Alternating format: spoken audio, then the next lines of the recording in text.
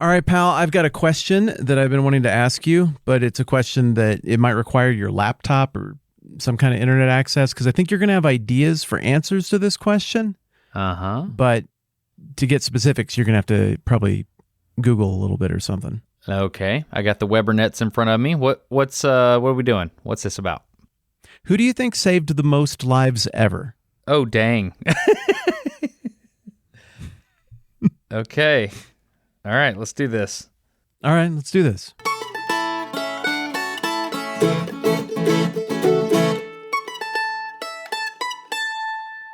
Okay, so I guess we need to define saved. What does it mean for a life to be saved? Is that where we start? Yeah, I think that's a good place to start. You get first volley. I asked the question. How do we frame it? Yeah, that works. I think it's going to be somebody that made a vaccine. I think that's where we're going to, or penicillin. We're going to end up at one of those two places. Boring. No. Boring. Also tension ruining. What? What are you doing? What do you mean? You got to come up with something that isn't a good answer first, and then you work your way towards something that is, not just ruin it in the first 5 seconds. Your first podcast? What are you doing? Okay. Yeah. Okay. We can start. Okay. How about this? What about, let's start with Alvin York. What about him? I don't know who's Alvin York. You don't know who Alvin York is? No, why are you being like this? No, who's Alvin York? How do you not know Sergeant York, dude? World War I?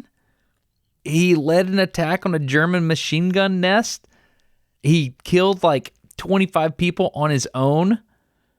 Totally not reading from the Wikipedia article, and he captured 132 prisoners. How do you not know this? How do you not know this?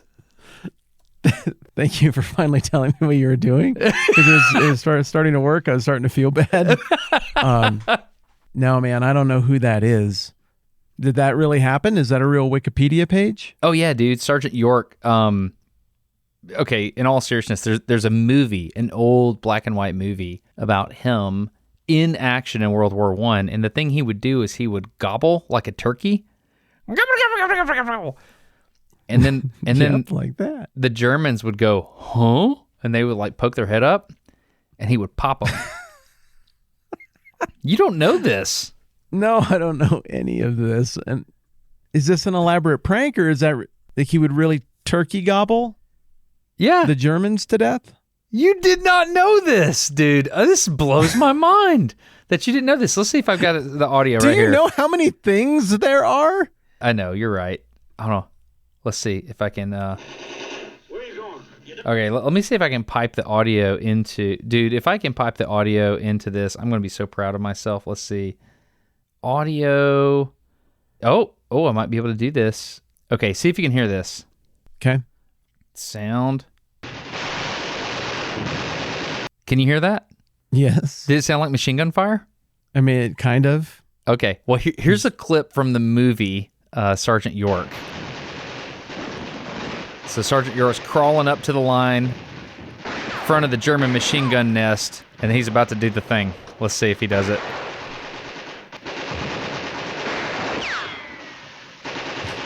They're not poking their heads up. Gobble. Licks his thumb, wipes the sight.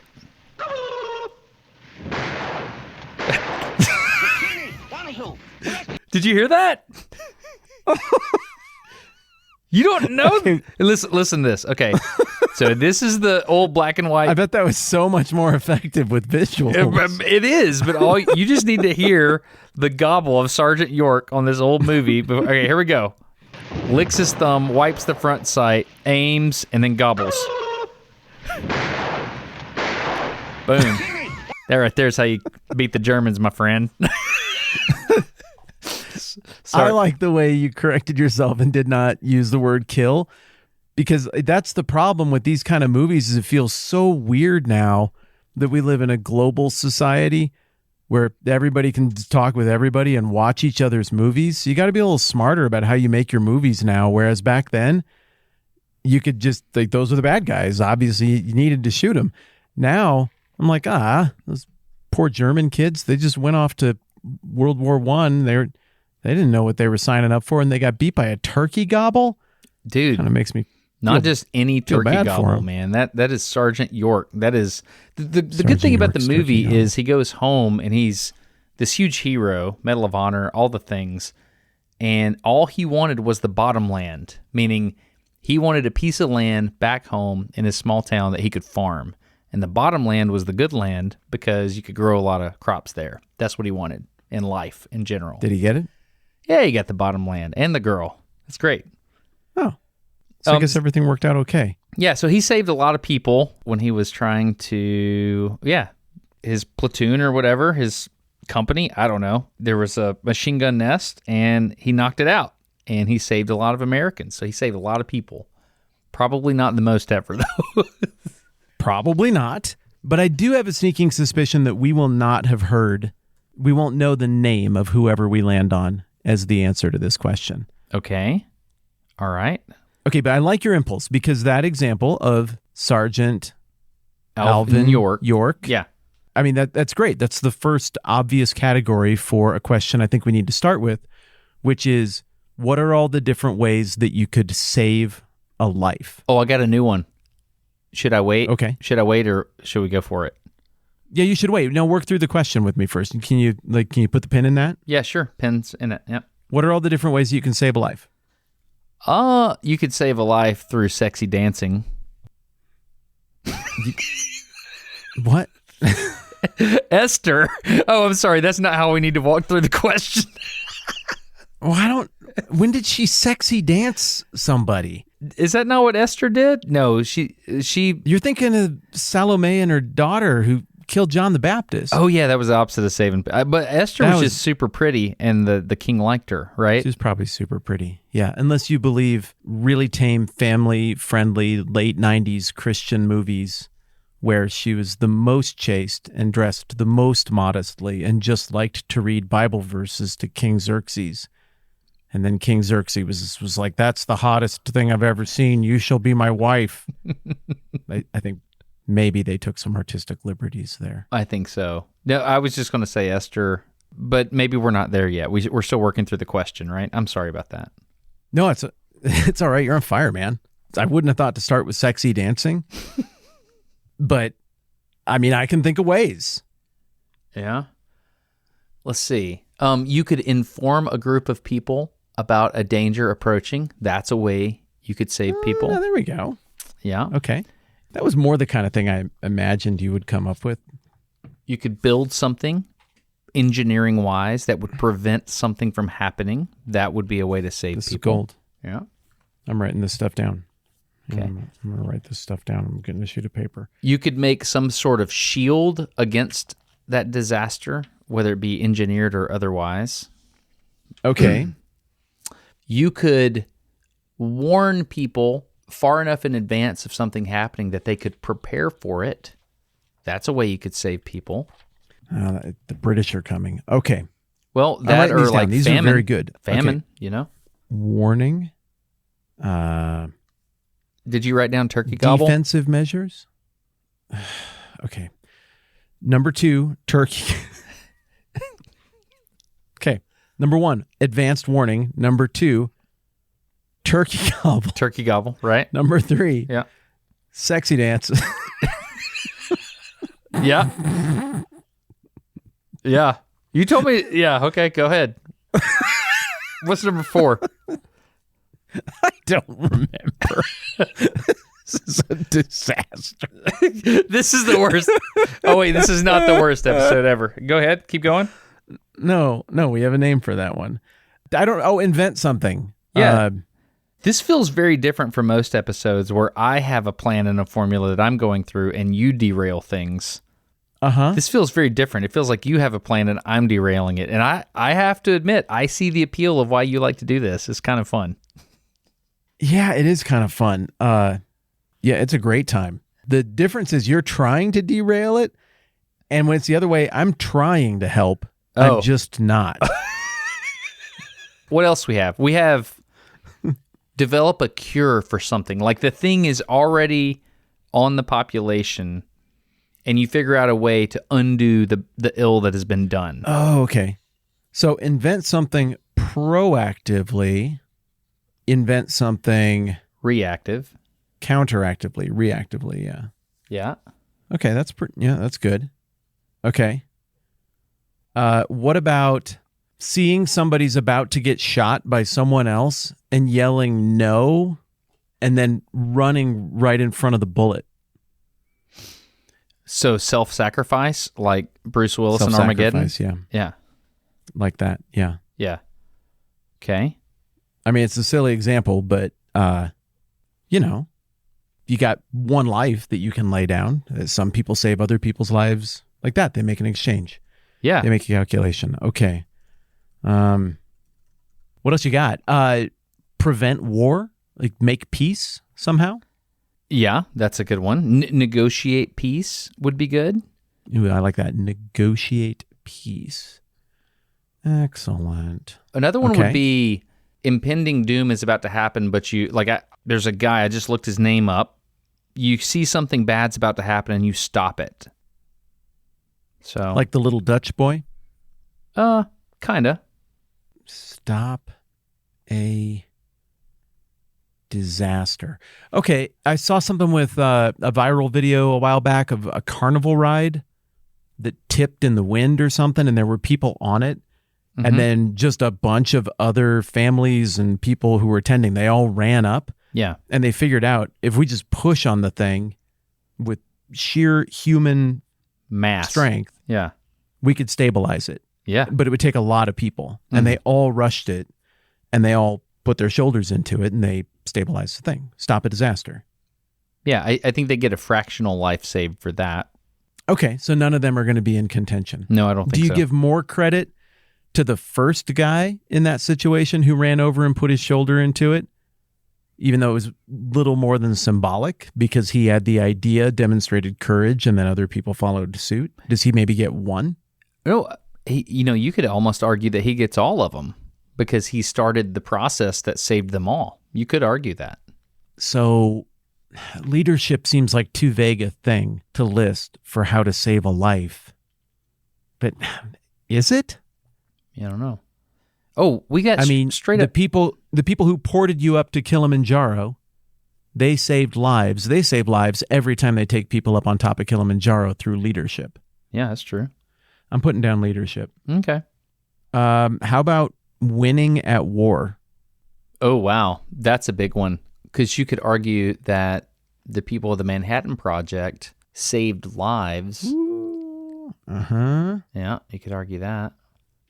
Ooh, that one's tricky. One that I think is very interesting is here in North Alabama, the floodwaters of the Tennessee River used to come back and forth every year, and malaria was a huge deal.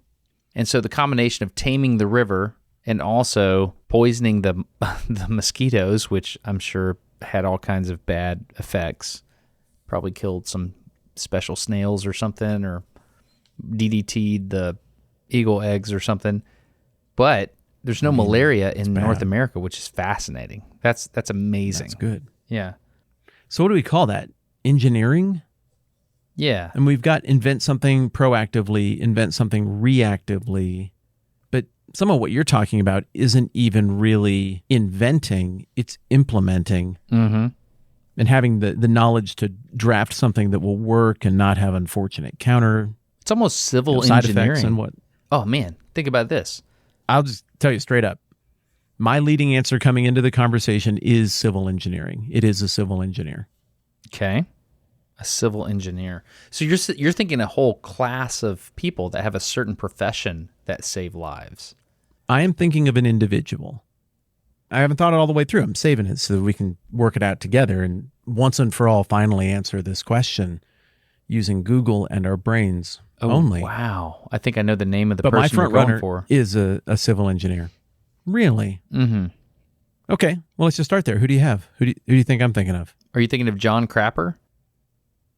Oh, dang. No, but I see what you're doing. Okay. I'm thinking, walk me through it. Why did you think of John Crapper? Or wait, let's see. Okay, maybe it was Thomas Crapper per Wikipedia. Thomas Crapper was an sounds English better. plumber and businessman.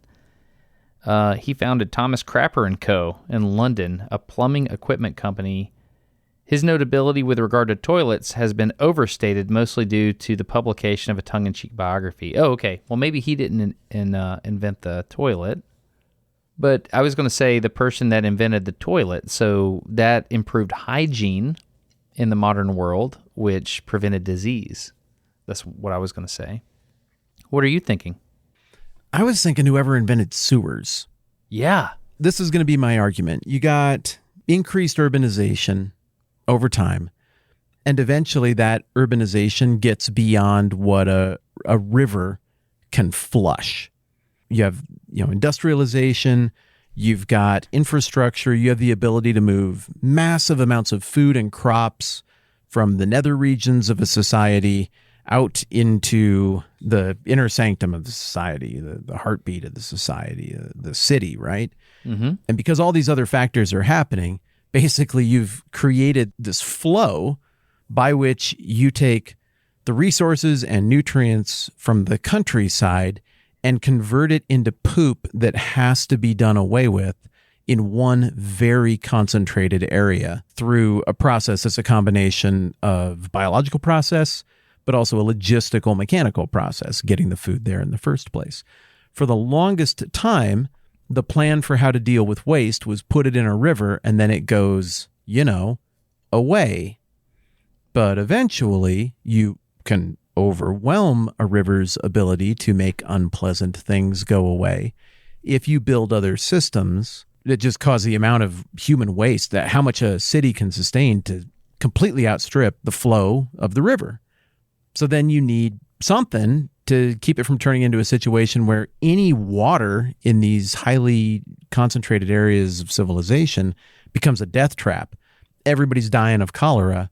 You've got to find a way to deal with that waste, or you just have to kick everybody out of the city. So how many people live in cities, and how many of those people would be dying of dysentery and cholera since the invention of modern sewer systems 150, 200 years ago if they hadn't been invented?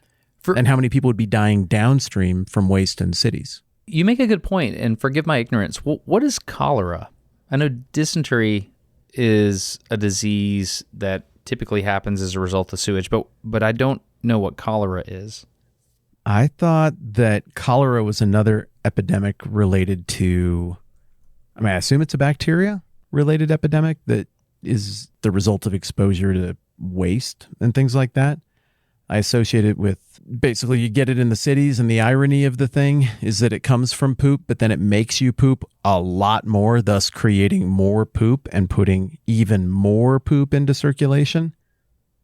Yep. I don't know. According to a medical doctor. According to a quick Google, it looks like what you're saying makes sense. It's a bacteria that causes it. Yeah, that makes sense. Man, that seems really bad. You make a really good case. And have you ever developed a sewage system? Or have you ever built one? I know you spent a lot of time in Africa. What kinds of septic systems did you see there? That's funny. I thought your question was going to be another jokey one and that you were still trying to derail me. Nope. And then I realized, oh no, you meant it. Okay. Have I ever developed a... No. I've had to maintain a septic tank. One house that I lived in was on a septic, maybe more than one, and something happened to it. And so that required attention and work. We had a septic system at a church I worked at that got weird. And so I learned a little bit about how it works and, the process of getting that fixed. And then I've had a couple of sewers explode attached to my home at various times in my life, but that's about all my experience. I don't really get it. I don't get down into that too much. Have you? When we went to make the orphanage in Peru, physically the buildings, the first thing we did was put in a septic system, a septic tank. Interestingly, the septic tank never got used as a septic tank. The engineering plan for the site changed after we did it. So we made this video, it was years ago, about a septic system. And kind of the way it works is the water and the turds go into a compartment, and there are baffles as one compartment will fill up, it'll kind of overflow into the next compartment. And so the particulates will go from one to the next. And then after that, they go to these pipes. You've heard of fill lines in your yard? Have you heard of that? I don't think so. What do you mean? I never know if it's fill lines or field lines. I'm Googling it now, in septic tank design. Yeah, I can't find it. Whatever you call them, as the turds go from one tank to the next in the septic tank, then the water will flow out into a grassy field typically. And you want that water to go down and go into some pipes that have holes in it, and it kind of seeps into the dirt. Huh. And so the idea is you distribute the septic water into the field wherever you are, and those nutrients will go back into grass and stuff like that. Okay. I've definitely walked through that before. Because the grass I can think of a few times, when I've been in like a leach field, like a septic leach field or something, and it's just kind of like an unused chunk of ground where really you probably would never want to walk, but I did. And I was like, that just doesn't seem like normal water. It wouldn't make sense for there to be moisture here. And then I looked more closely at how the moisture was and sort of realized what I was in. It was unpleasant. I don't think that's correct. Like that sounds like a poorly designed system, because typically you put... Do you remember I told you about being a part of having to repair a system? I think so, yeah. Oh, I see. That is the one. That's the one. Okay, Yeah, I see. Yeah, it wasn't functioning properly. That's not good. Yeah, typically you'll have a pipe underground, and then you'll fill around the pipe that has holes in it. You'll fill around that with gravel, like a very coarse gravel, like a trench kind of thing. Mm-hmm. And then... It's like a turd French drain? Yeah, exactly. It's a turd French drain. But by that period of time, hopefully you don't have just turds in the pipe. It's just liquid at that point, and it's just going in. You typically have very green grass there. I think you make a really good case, man. I think this is a really good case. So as civil engineer, I like to joke with people that civil engineers know a lot about turd flow. But yeah, it's a big health thing. Well, I guess they would.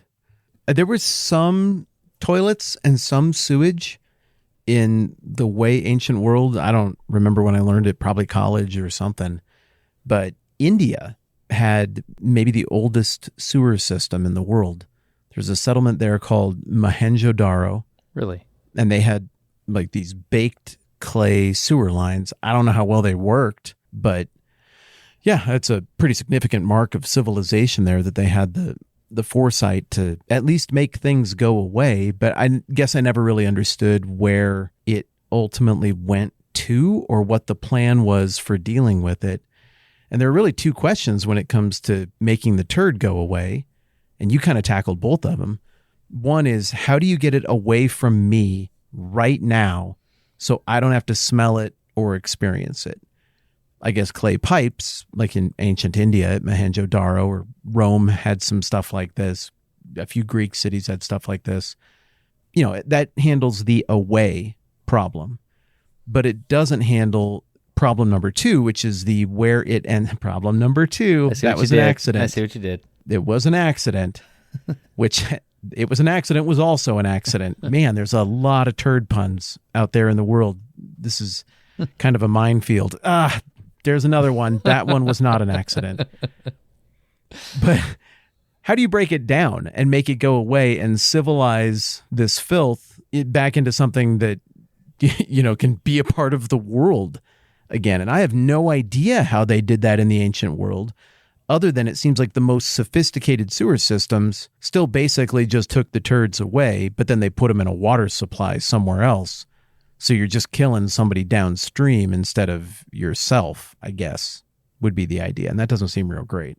I also find it interesting to talk about the different ways that people, I'm not trying to be funny now or anything, but like when you wipe, back in the day when I went to Bath in England, and they said they had these sticks. It looks like a spoon, except the spoon is not hollow. It's kind of flat.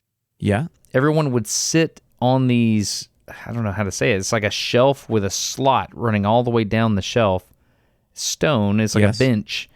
and everybody would poop into that bench, and then the water was just flowing through there because they couldn't pump water back in the Roman Empire, but they did have gravity-fed things and valves.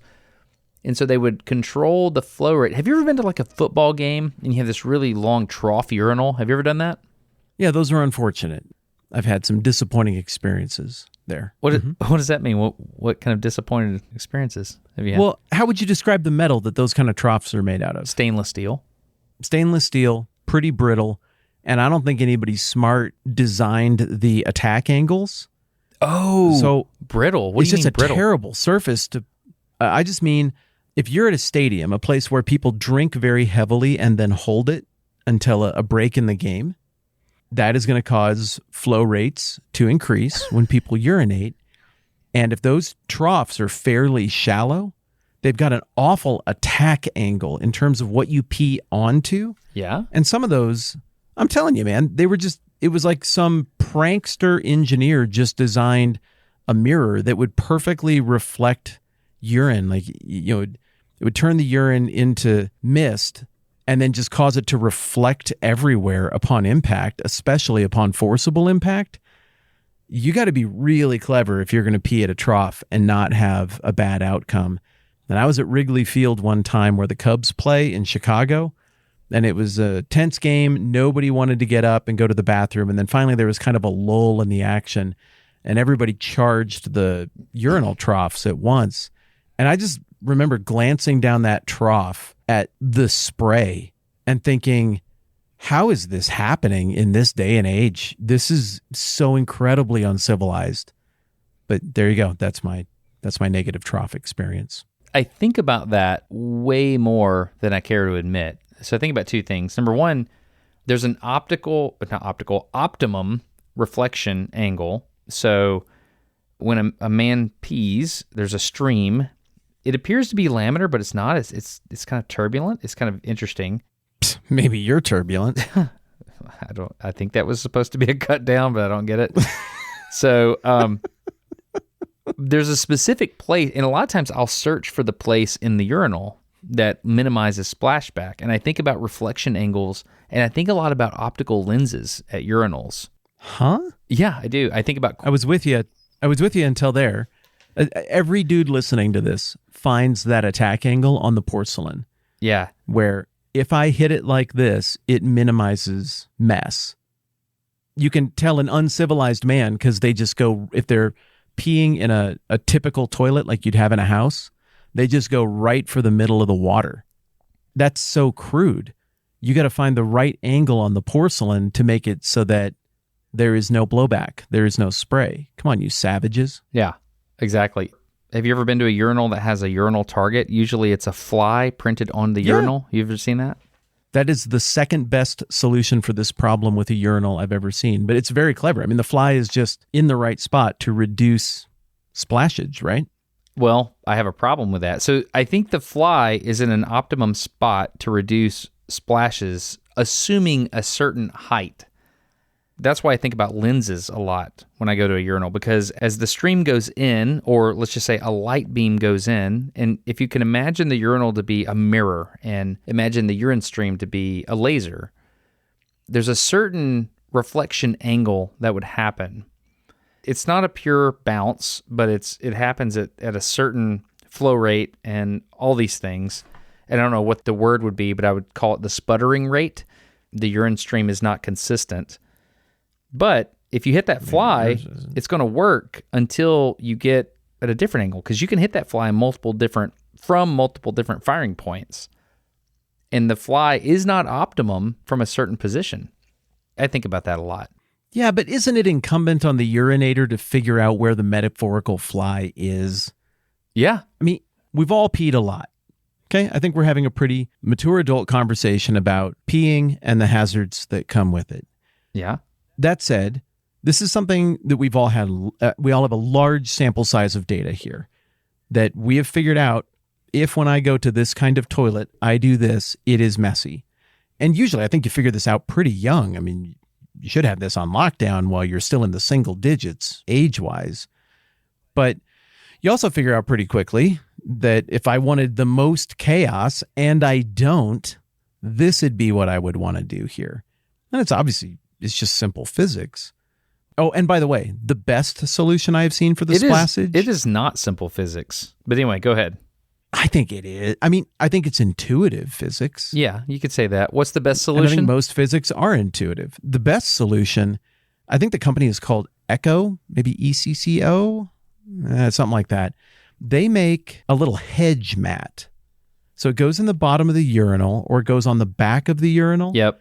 And it's like it's 3D printed. You know, imagine something about the size, a disc about the size of like a It's small injection plate. molded. It's not 3D printed. And I've wanted to make a company that just dude, we could talk about this for a long time because one time I flew from Alabama to New York City and I decided to document every single urinal mat that I encountered. And there are plethora companies that make these things. They're injection molded. Injection, yeah. And they all work differently depending on the angle that they rest inside the urinal. Because sometimes it's clear to me, hey, that's a really neat design, but you've got it in the wrong urinal. Because each urinal... Yes. Yeah.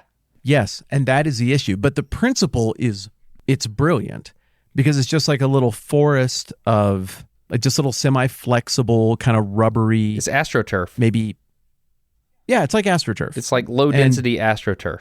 Right. So if you pee intelligently into that, it knocks down any spray or almost any spray and just keeps it from going anywhere else. It's a defensive solution to the problem, whereas, hey, pee on this fly is an offensive solution to the problem. Well, there's a company... Right? Like one tries to reduce the spray, the other accepts that the spray is going to happen, but tries to defeat the spray after it occurs. Yeah, one tries to mitigate the problem at the source, and the other tries to deal with the collateral damage once it's been inflicted. Yeah. All right, you said it better. Yeah. I think there's another company called Splash Hog. Have you seen those? No, but I love their name. So they love it. They have the urinal thing down in the bottom of the urinal, but they also have this wall that goes up the backside of the urinal. And what I don't like about the Splash Hog design is it kind of lures you into a false sense of security. You're like, oh, look, there's the little hedge thing that goes all the way up. I can just pee on that. But you can get to an angle that's bad, and in certain areas, you'll pee into a cul-de-sac, and once you pee into that little localized cul-de-sac, there's nowhere for the pee to go except straight back out. Well, I would hate that. Yeah, and because it's on the vertical wall in the back, sometimes I have found that the Splash Hog does not mitigate the splash to the degree that I want. Which is completely. Yeah, exactly. Do you also have opinions about we are a far cry from turkey gobbles here. No, we are not. No, we are not. This all matters. Yeah. I got the pin in it. We're going back. Go ahead. All right, so with your question. have you also noticed if you go into like a swimming pool house, I don't know, you go change for your swimming pool stuff, and I this thought you is just meant like a swimming pool. I'm like, yeah, there's very little splash when you pee in those. Yeah, but like one of those places you go to change into your swimsuit or whatever, and it's like a building that was made in 1970, and you go up to the urinal to pee, and there's a divider there, and it's not stainless steel because maybe they didn't have great stainless steel technology when they made this place.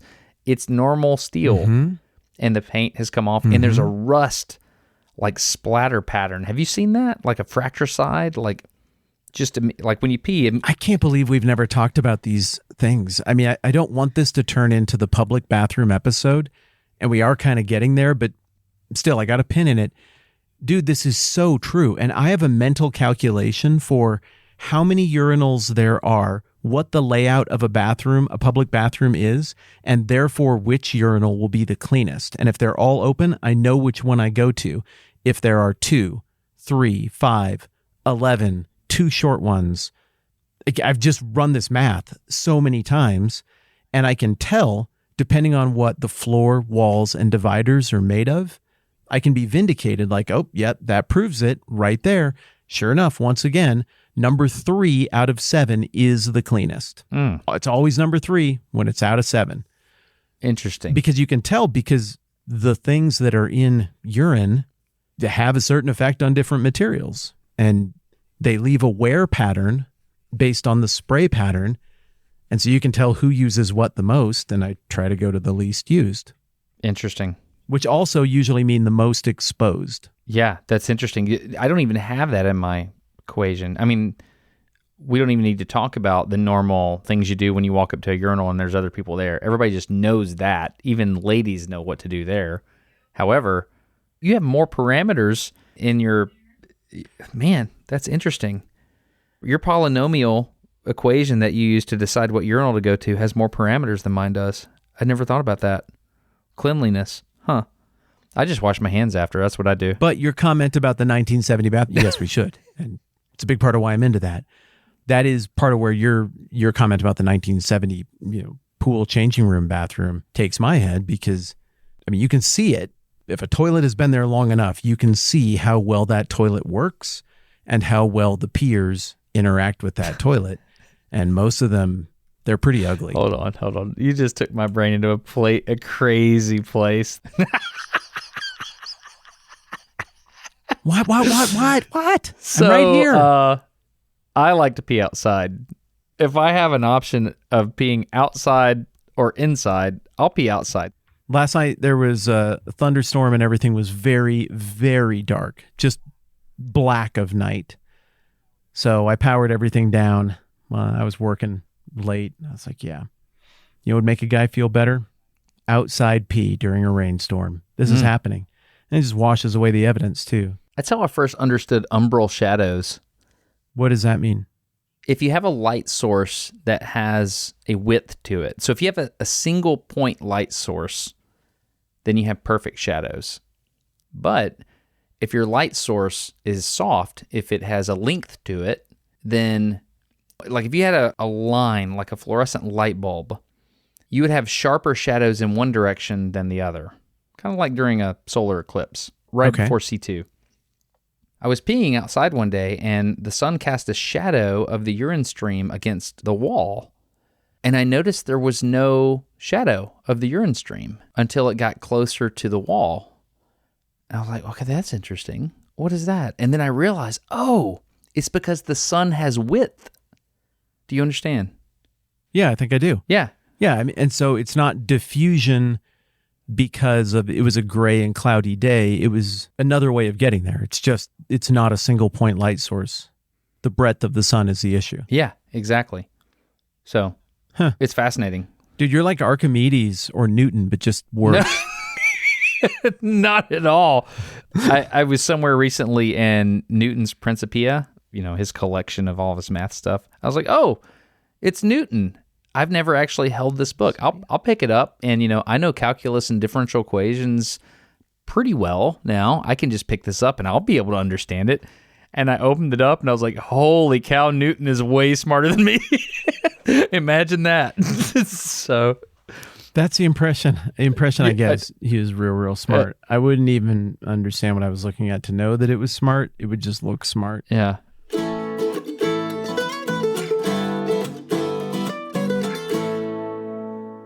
Okay, the thing we've had a pin in. Okay. Everybody converts food and beverage to waste all the time. It's constantly happening, and it can spread disease and make people real sick. We came up with the names of a couple of the diseases that do that to people. Then there's varying degrees of sanitation. Like maybe you won't get dysentery and die from it, but quality of life is reduced, lifespan is shortened with the kind of diseases that are waste-borne.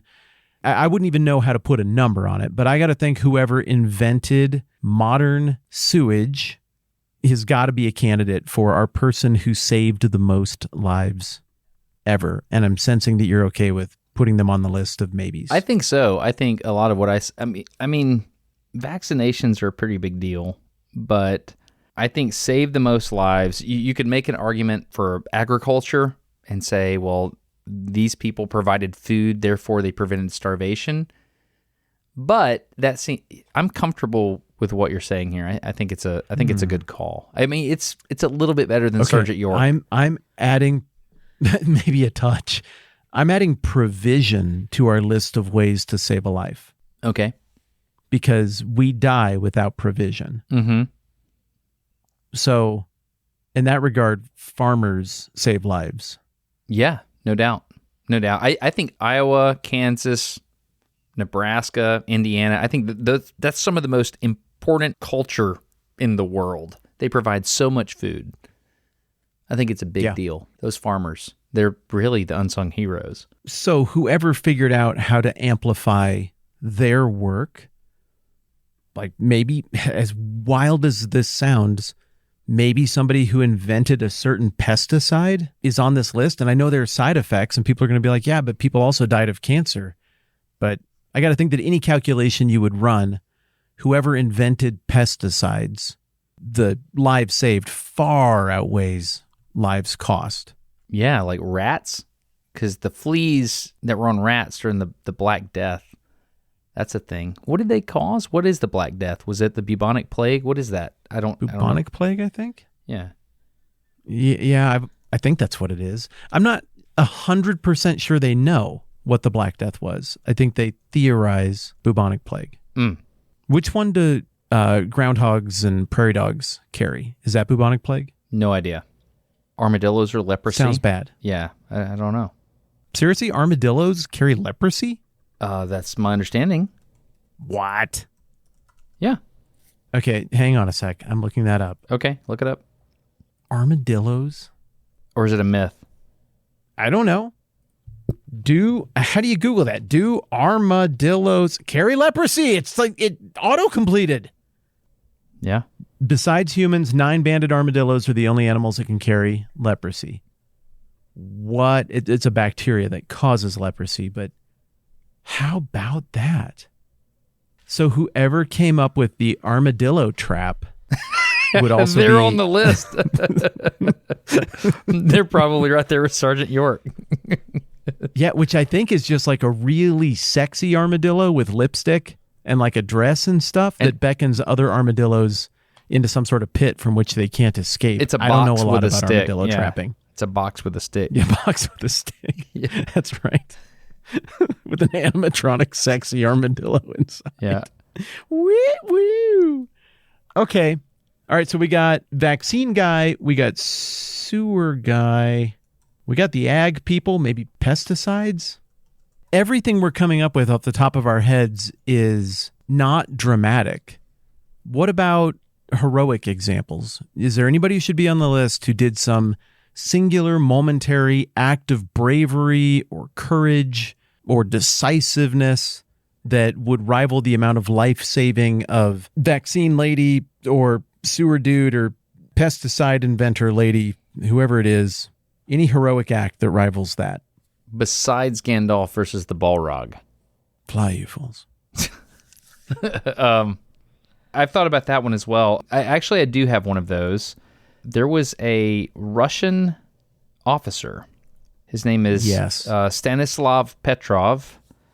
I'm looking this up now. Let's see. Oh, you're thinking of a different one than I am. He was a lieutenant colonel with the Soviet Air Defense Forces. He played a key role in the 1983 Soviet nuclear false alarm incident. So apparently there was an issue where we were supposed to, like, we, in this case, would be the Russian group that he was in. Like, if we see something on the radar that looks like a missile, we're going to do a retaliatory nuclear strike. Before we are disabled and unable to retaliate. Yeah. So there's a time crunch here is the point. They got to go fast. Yeah, he disobeyed orders and did not issue a retaliatory nuclear strike, and he saved a lot of NATO lives. Huh. Had he saw this blip on the radar as, hey, that's the nuclear missile heading towards Moscow or whatever it was, had he issued the order to do a retaliatory strike, he would have started nuclear war. So he's often credited as being the guy that saved the world. So that's Stanislav. So why do we know? Okay, I didn't know his name's Stanislav. What? Stanislav Yevgrafovich Petrov. Yep, a Soviet Air Defense Hit the full name Forces here, officer. Yep, the gentleman died in 2017. I'm grateful to him. Yeah, me too. I was alive in 1983. I might not be if it weren't for that guy whose name I just heard for the first time. Do you know why he didn't retaliate? I mean, did he just decide, they shot first, my people will lose, their people will win. There's no winning if we do a retaliatory strike, everybody loses, I'm not sending them back? Or did he think it was a data mistake? It looks like he just suspected it being a false alarm and decided to wait to confirm it. He saw it. It said, hey, this looks like a missile, and then 4 more missiles coming behind it. And he just decided to say, wait. We're going to wait and see if confirmation comes, and it never came. So it looks like he just had a steady hand. That's what it looks like to me, which is interesting. I wonder how old he was at the time. Okay, that happened on September 26, 1983. He was born in 1939. So 1983 minus 1939. Since 40s. 40s? Yeah, 40s. It sounds like he was just a mature guy who knew to think and wait, and he understood the gravity of what he was doing. That's interesting. And, well, I'm not going to open up another can of worms, but yeah, I am. I'm going to open up the can of worms. Why not? Yeah. I'm Okay. listening to, Greg Warner, that you and I both know. Yeah. He has a podcast that he's working on now called The Last Invention. They talk about artificial intelligence and how it's going to be put into roles, and these roles can make decisions very quickly. There's a question like, will this be the invention that saves the world? People are kind of falling into 2 different camps. Some of them are called the accelerationists. We should accelerate the use of artificial intelligence. And this other group is falling into the doomers. And these are the people that say, hey, this could be the end of humanity. Well, I can tell you that which side got to write the names of the 2 sides. Yeah, exactly. Right? Golly, it's some good marketing, accelerationists. I know, right? There's the insightful forward lookers and the bumbling backwards doomer idiots who lack vision. Those are the 2 teams, and those shall be their names. Yeah. We decided at a meeting. The doomers typically do not agree with that labeling, but they both think that they are realists. Fast forward 200 years from now, it's possible that if someone was having this discussion on whatever the future of a podcast might be, but I wonder if in the future somebody looks back and said, oh yeah, when somebody made the Farming Bot 3000, yeah, that was definitely the pivotal moment for humanity, and that's the person that saved the most lives. I think in the future, this conversation might look different. Instead of saying, oh yeah, the guy that figured out where to poop. Well, the dude who invented the AI couldn't have invented that wouldn't exist yet if it weren't for Poop Guy. Great point. I'm serious. No, I'm not being sarcastic. That's the acceleration of civilization has so much to do with the fact that we don't all die of dysentery and cholera anymore. Yeah. We're standing on the shoulders of giants. And not in poop. Well, and standing on our own shoulders longer because we live longer.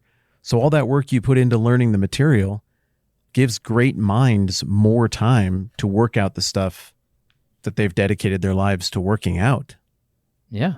If every great mind lives on average closer to 80 years than 60 years, that would be really good for human progress. Yeah. Okay, the guy I was thinking of was, I had to Google it. I didn't remember his name. I should, though, because he was one of my nominees. It's the sub-commander, the Russian sub-commander from the Cuban Missile Crisis in 1962. Oh, I don't know about this. And his name is Vasily Arkhipov. Okay. I think I'm pronouncing that right. And the deal was that there were Russian subs, maybe a Russian sub with nuclear capabilities, that were out of contact. Okay. That they were submerged and they were out of radio contact with the unfolding situation with the Cuban Missile Crisis, a standoff between the United States and the Soviets. Figuring out that crisis had been averted. This is how I remember the story. We can go back and look closer to see if we're getting it right. I only Googled his name. Figuring out that the crisis had been averted, somehow ships in the area knew that there was a sub with capabilities that was not on the grid, was not in communication. Maybe they wouldn't know what was going on. And so what I remember from history class is that maybe both Russian and American ships started dropping practice depth charges or just any crap they could throw off of ships to try to like get the attention of a submerged sub and being like, you need to come up. We're not going to nuke anybody. You need to come up. And 2 of the 3 officers on board the sub apparently believed that this was that there was an attack going on and this was debris or something. And so they authorized a nuclear strike, but it required 3 officers to agree, and the third one didn't. He said they didn't have enough information, and that was this Vasily Arkhipov. Wow. Arkhipov fellow. And as a result, the sub surfaced instead of launching a nuke. And, well, I think that guy is a candidate for dude who saved the most lives ever. That's pretty good, man. I think he goes right there with Petrov. Mm-hmm. Yeah, it's funny. I really thought we were going the same direction there when you started to tee that up. Who would have thought that those 2 guys in that moment demonstrating that kind of cool and bravery and heroism would be totally overshadowed by the guy who got a box and a stick to trap armadillos to save us all from leprosy. One thing I think about is right now, these people that are talking about the future of AI, I think there's some things that could happen in the next few years that are very important. Like, for example, if they said, hey, I've got this CRISPR bot 3000 that can genetically modify things. Let's just hook it up to this here AI. Wouldn't that be cool? We can just let it make biological stuff. How is that different than what you just said? About the armadillo thing? No, about the nuclear officers that decided not to issue a nuclear strike. Okay, here's how it's different, because it's pretty easy to run the mental math on what would have happened causally if those 2 guys had authorized the strikes, because we have a pretty good sense of, I mean, we would know the missiles are probably aimed here. This is what nuclear explosive technology was like in 1962 and 1983. We can come up with a pretty good estimate of what the immediate loss of life would be and then the later loss of life would be. The causality and the probable outcome are so close together that we can do the math on it. What you're talking about is different because you're talking about a fork in the road of all of human existence, and it's much harder to anticipate all of the fallout and consequences of that. I mean, one possible outcome from what you just described is the freaking Matrix or Skynet. I mean, the end of humanity, the machines make better humans, and eventually the inferior humans and the better humans agree that the better humans are better, and maybe we should just go with the artificial synthetic humans now for the good of the planet. I don't know. Who knows where it's going to go? So one of the biggest differences is it's just hard to run the math equation on that in terms of cost of life or potential to save life until it's already happened. Yeah, I think the reason the equation is different is because it's easier to see the upside for hooking up AI to a biological engineering device. You say, oh yeah, this could help us cure these diseases, blah, blah, blah. Never mind, oh, what if it does the opposite? The upside never occurred to me. Did it not? It's so funny to hear you say, oh, it's easy to see the upside. It didn't occur to me until you said that phrase and started kind of working it through. That was so far from my line of thought that I thought you were teasing me into a clearly terrible idea that could happen in the not so distant future. No, I mean, I'll give you an example. So I guess I'm a doomer. Let's say we figured out a certain gene expression that if we replicate it inside whatever, it'll kill this certain type of cancer. Well, that sounds great. But how many things can you imagine? Like, for example, how many times have you heard of the United States government bringing in a certain species because they want to eradicate a different species? And how many times have you heard about that going awry? We could do a whole episode. A lot. We could do a whole episode on that, right? Making a note. The running joke here in the South is that, from Alabama fans at least, is that Auburn University brought in kudzu to the South to control erosion during the CCC. That was the joke. I don't know if it's true or not, but kudzu has kind of taken over the South. What is kudzu? Do you know what kudzu is? Huh. Oh, wow. Kudzu is a vine plant, Kudzu. It's a vine plant. The shape of the leaf is a heart. It's extremely fast growing, and it will just take over an area. It'll kill other trees. It'll kill plants. It's a really big deal. It's a single vine it's not like a pretty vine. It just like becomes... Okay. It's like something out of Star Trek that takes over planets. Holy kudzu. It came from I'm Japan. embarrassed because my brain went right to a kudu, Oh, like a cloven-hoofed ungulate from Africa. yeah. I was like, dude, I've been down that way a lot. I haven't seen any of those. Kudzu. Got it. That is different. They did not import kudu, to your knowledge. I don't know. I know there are some African antelopes type things that are out in the western United States that weren't there to begin with. Really? I've been on missile ranges before, and they're like, "Oh yeah, that's the whatever it's called." Yeah, they brought those in, and they kind of took over. I was like, "What? Why would we do that?" I didn't know that. I don't know where. Why would you do that? Look that up. It's kind of beautiful in a way. Is this like a Southeast Asian vine? It's Originally, I pulled up some pictures. Japanese. Yeah. It just takes over everything. This picture I'm looking at is amazing. It's like a zombie plant. It just possessed this forest. It's bad. It's almost as bad as privet. Chinese privet is horrible. It's a thing that just takes over.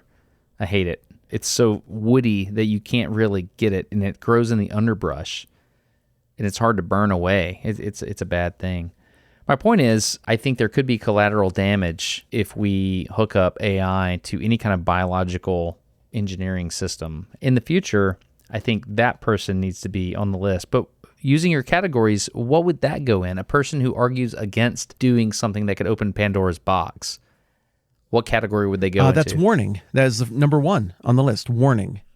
Isn't there a story about a kid who had recently studied the signs of an impending tsunami in school? Like just a little girl or something? Yeah. And maybe at one of those resorts where you see the horrifying videos of that terrible tsunami from maybe 15 years back or whatever, again in Southeast Asia. I think there's a legend of a little girl who cleared the whole beach by first drawing her parents' attention to the receding water and being like, that's how you know it's a tsunami. We should run. And then people were saved. So I think that counts under warning. It's just that, again, in that example of the tsunami warning elementary school girl, it's so immediately connected. The consequences and the fallout and everything. We got to get out of here right now. And then you get out of there. And then a second later, boom, in come the waves. And you're like, if I'd been standing there, I'd be dead. Whereas your example with the AI and the meat printer, man, it's just so disconnected. It's going to take so long for that to sort itself out. And I can't believe how open to this idea you sound. I'm really surprised that is not an automatic don't ever do that from you. Oh, it is an automatic don't ever do that. I don't think we need to cross the digital biological boundary if we can prevent it. I think it's a really good idea to keep those two separated. Like, don't give a digital system control over biological decision making. I don't think that's good. Yeah. Especially because, I don't use it a lot, but I have ChatGPT around. I'm finding it somewhat helpful for problem solving, but it got dumb over the summer after school got out. And now I'm seeing it start to get a little bit smarter again. This thing's not immutable. It makes weird mistakes. And I can just see somebody being like, hey, print me some rabbits that are a little extra meaty to help poor people get through the winter. And then the printer's like, you bet. And it prints like some giant apex predator. And then you go back to your prompt and you're like, hey, I just wanted a little chubbier rabbit, not an apex predator. Great catch. That's an eagle eye you've got there. My bad. There's no excuse for what I've done. I'll try to do better in the future.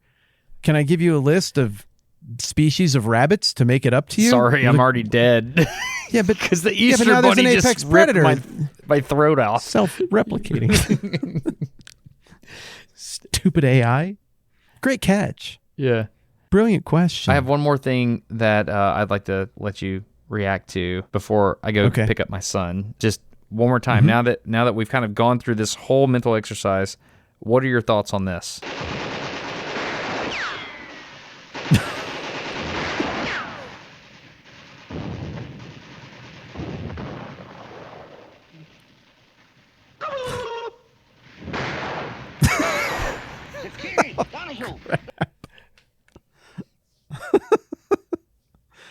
I can't go top 10 for that guy. Okay. But maybe top 20. Maybe top 20. Thanks. Good question, man. I really enjoyed it. I mean, I think had we more time, we need to flesh out the vaccine question, antibiotics, all these things. But I think those are just both so obvious, aren't they? I don't know, but You said it right from the beginning, and it's kind of like, well, why go further down that road? I mean, not all vaccines have proven to be equally consequential in what they've done to save lives. But as a concept, I mean, vaccines inarguably have just been wildly helpful. it's been good. Yeah, whatever cured malaria, antibiotics. I don't know. I think warning people about an impending tsunami or inventing time travel to kill Hitler or staving off nuclear annihilation through steadfast character and nerves of steel, I think those are a lot more interesting. But probably if we're just dealing with the question, who saved the most lives ever? I think our little list of 6 or 7 inventors or engineers is probably a pretty competitive list with what anybody else could come up with.